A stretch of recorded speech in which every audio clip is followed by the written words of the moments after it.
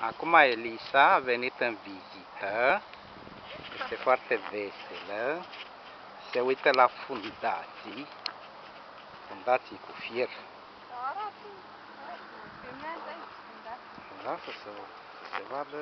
Nu mai învârtim toate direcțiile. Da, stai mai drept. Drept. Uite, filmează cu ce îmi face mare. Și mare. Păi da, așa este. Acum mergem spre garaj. Deci este partea de subsol. Aici este dormitorul de jos. Fundații până la 75 de centimetri.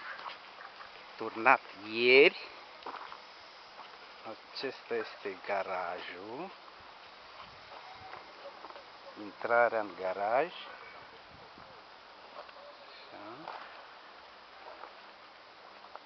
Aceasta este ultima fundație.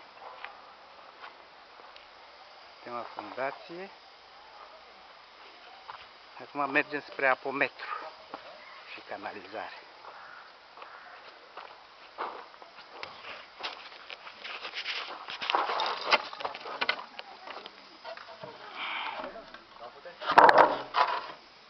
Asta este apometru și aici canalizare.